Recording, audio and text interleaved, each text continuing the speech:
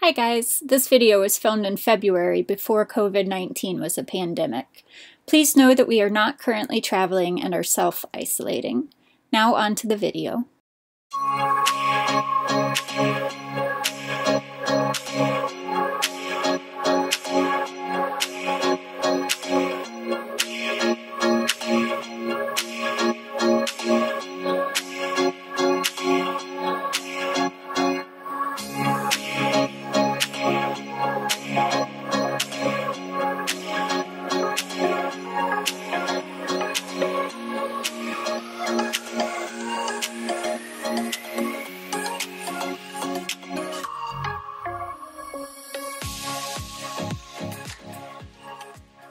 Come to Yuma, Arizona, which before coming here the only thing I really knew about Yuma was the old Western movie 3:10 to Yuma, which is a great movie, but I can assure you it is nothing like that.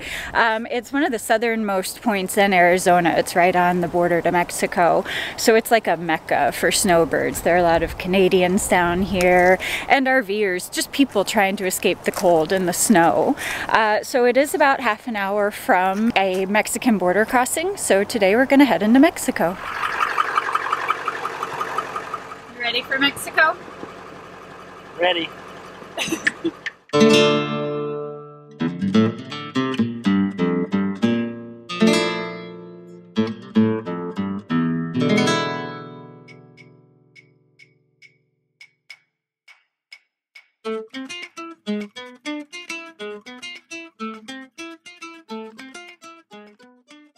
Alright, well we crossed at Los Algodones, which was incredibly easy.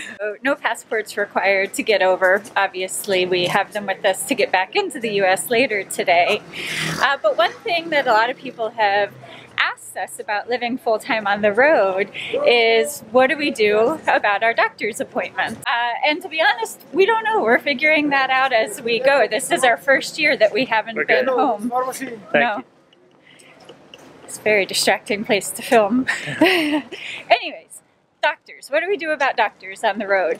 This is our first year that we haven't been back in our hometown, so we're kind of figuring that out as we go. We have health insurance, but we don't have dental. So. Right, so we've decided today to get our teeth cleaned in Mexico, which is actually a super common thing. A lot of people come to Mexico to have major dental work done, so hopefully we don't need anything major.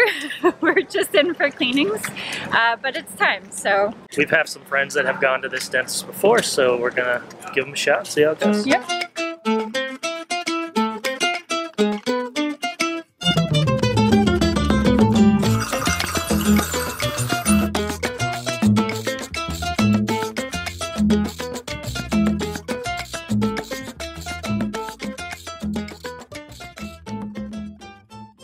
One of us got a clean bill of dental health. TJ has a cavity and they recommend that he get his fillings redone because they're older, and if you're not careful that can turn into a root canal if they're not sealed properly or something like that. But anyways, it was a really positive experience other than the bad news for TJ. Very clean, very nice. Yes, yeah, all of their equipment came out of like sealed plastic, you know. They were very sweet, like they wanted to make sure that you weren't hurting. I actually used to have braces and I have a permanent retainer on the bottom, so I get a lot of plaque in that area and it gets really sensitive. So they sprayed. TMI.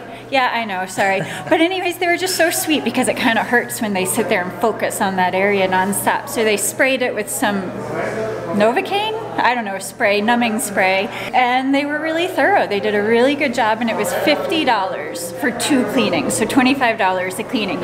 You can't beat the price, yeah. So now we are gonna go explore Los Algodones.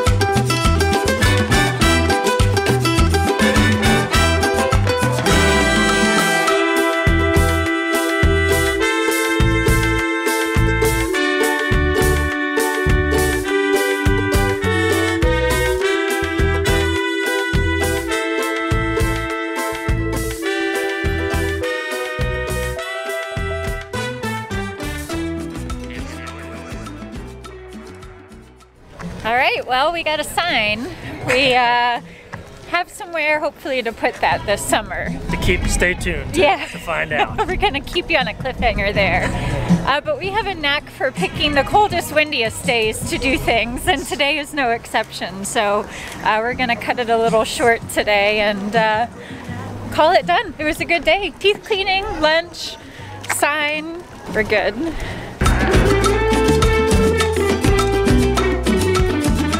They let us back in. While in Yuma, we've been staying at the Westwind RV Resort, which, if I'm being honest, is normally the kind of place we avoid. It's just your typical private RV park with really close spaces. This one has some park models mixed in. But prior to this, we had been boondocking in the desert for close to a month. And to be honest, we were just ready to get the desert washed off. And while in Quartzsite, we got a coupon for this place where we could stay here for the week for $135. So you just couldn't beat it, and honestly it was exactly what we needed. It was perfect, gave us the opportunity to kind of reset, if you will. So now we're ready to go spend another few weeks to a month out in the desert boondocking again.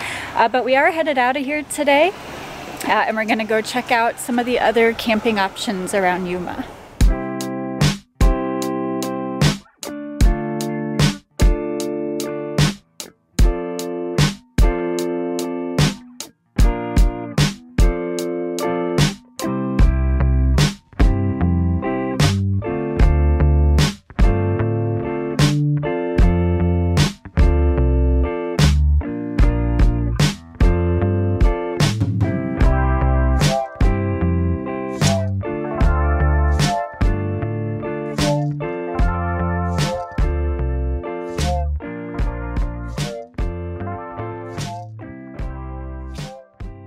Well, we've come about a half an hour north of Yuma and are camping on some BLM out here, right on Mittry Lake.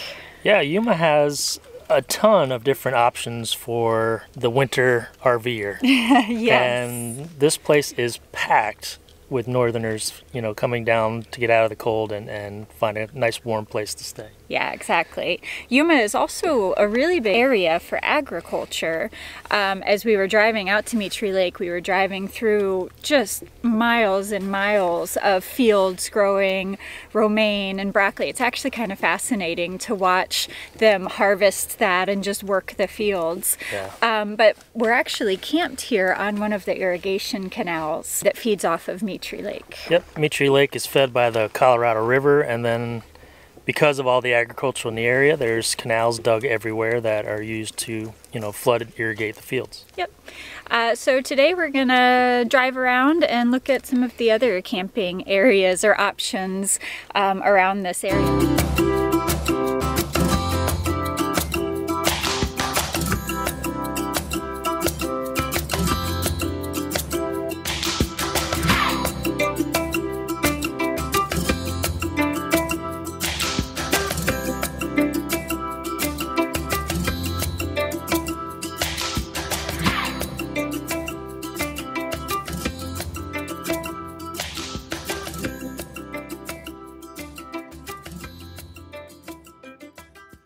So another option here in Yuma is the LTVA, or long-term visitor area. Yeah, it's run by the Bureau of Land Management, and there's actually about 7 in this area. They range anywhere from Yuma up to Quartzsite, Blythe, California.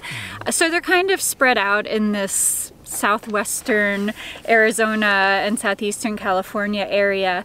It's really kind of an interesting thing they do. So you do pay to stay here, but it's really cheap. For 2 weeks it's $40, for 4 weeks it's $80, or you can get a 6-month pass for $180. It is dry camping, but they have amenities also. So they have bathrooms here, they have dump stations here, you can fill your water. Right, exactly.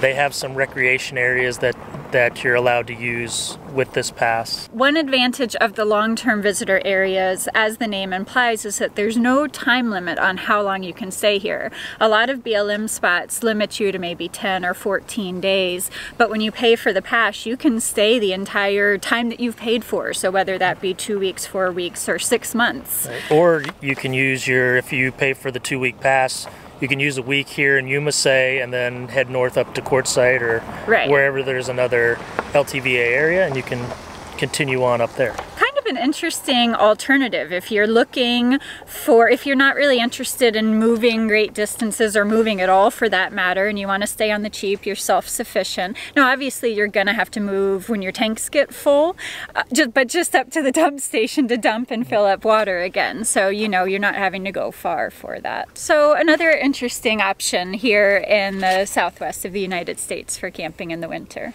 So one thing that we forgot to mention is that the LTVA areas actually have, we talked about some of the amenities like the dump station and the water fill and the bathrooms, but it's almost like a community in the sense they have like a public library. I mean, it's not like, you know, a nice public library like you would find in a big city. It's more of a bookshare type room. Right. Yeah, that's fair. But anyways, they have that. They have a church.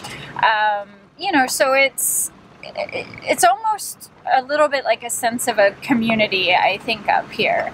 It's like a temporary neighborhood, basically. Right, exactly.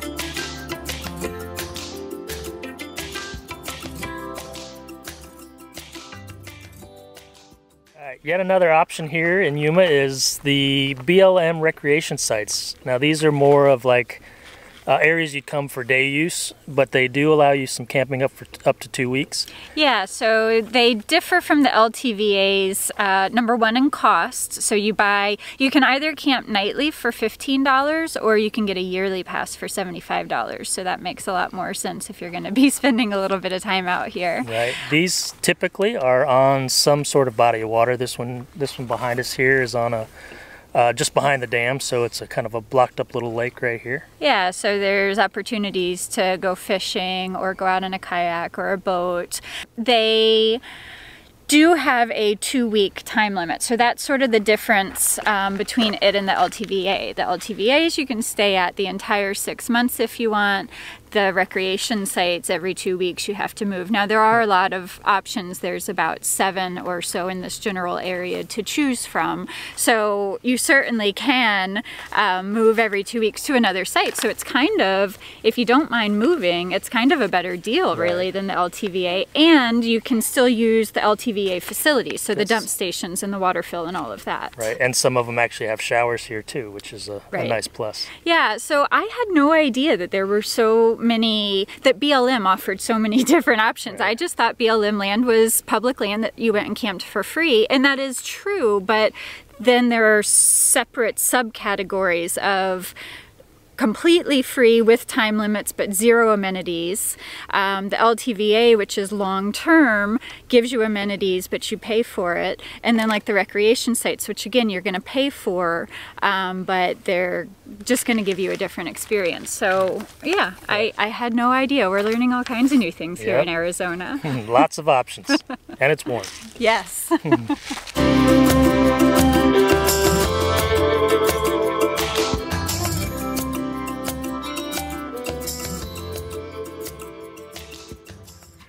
Just outside of Mittry Lake, there's also the Yuma Proving Grounds. I believe it's an Army base here. According to the sign, it is U.S. Army. Well, there you go. Look at that. If you are retired or active military, I believe you can use their on-base RV park.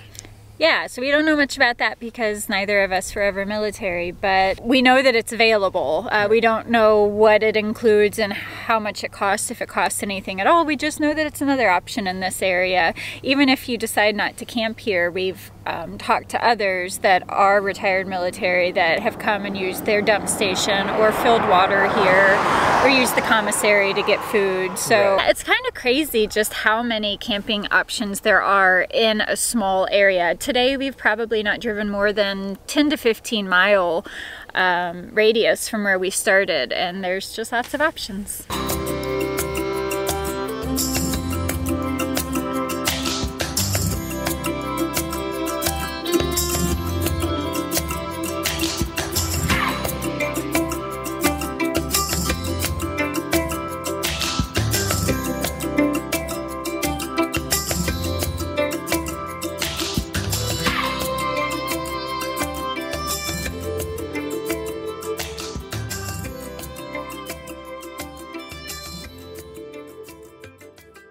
All right, we made it back to camp for the night.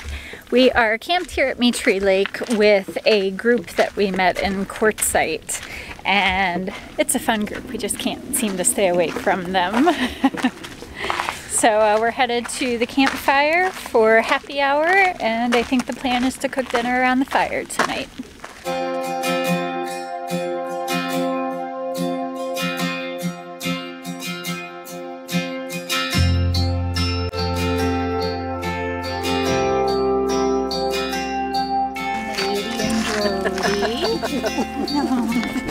American Brody. Where are you going? Where are you going? Mwah.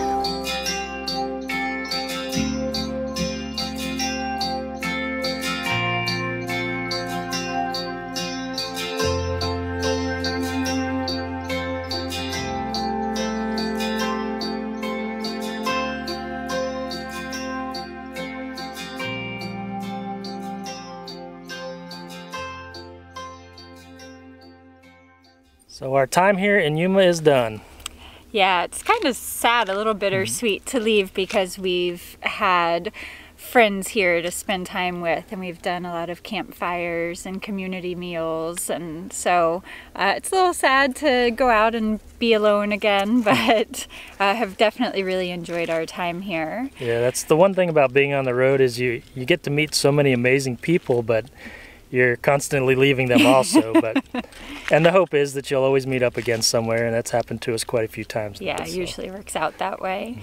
So for an RVer looking to stay warm for the winter, when you're considering places to go, Arizona is always a big choice, and then of course Florida as well. Texas. And Texas, yeah. I mean, you have other options, but comparing Arizona to Florida, which are the two places that we have wintered in the past, both are warm. Of course, Arizona's a lot drier, and therefore you don't get any green out here, so if that's important to you, then you are lacking that, where of course Florida is warm and humid, so it's really green and pretty. But the main difference is that Arizona just has so much free camping available that you do not find in Florida. In Florida, it's very hard to find cheap camping. There is some free camping, but it's very hard to find. And it gets very expensive in the winter. There's a lot of snowbirds go to Florida, and it drives the cost up. And not to mention, you have to really plan ahead in Florida. Yes, we've been fortunate that because that's our home state, we have friends and family there that we can stay with. Right. But if you don't plan ahead in Florida, I think you could really end up in a bad spot. So, you know, we like Florida. Florida is home to us. We like the green. We're learning to like the desert. It doesn't come naturally to us to like the desert, but it's growing on us, I think. It is, definitely. Availability of public land is pretty incredible. If you're looking to camp for the cheap or on the cheap over winter, I don't think you can beat Arizona. You could stay all winter for free for the most part, you know, as far as camping goes. And kind of rolling into living on the cheap, if that's your goal, being in Arizona also puts you in close proximity to Mexico, where you can go for dental and prescriptions and whatnot. So just kind of something interesting and a new experience for us this year, being on the West Coast for winter. Yep, but we are headed out today, and we are heading north, so we're headed to Lake Havasu. check out something new, another place we haven't been. So. Yeah, definitely excited about that. So hope you guys have enjoyed this video. If you have, please be sure to give us a thumbs up. And if you want to keep following along, make sure you subscribe. Thanks for watching, guys. Thanks, guys. Bye.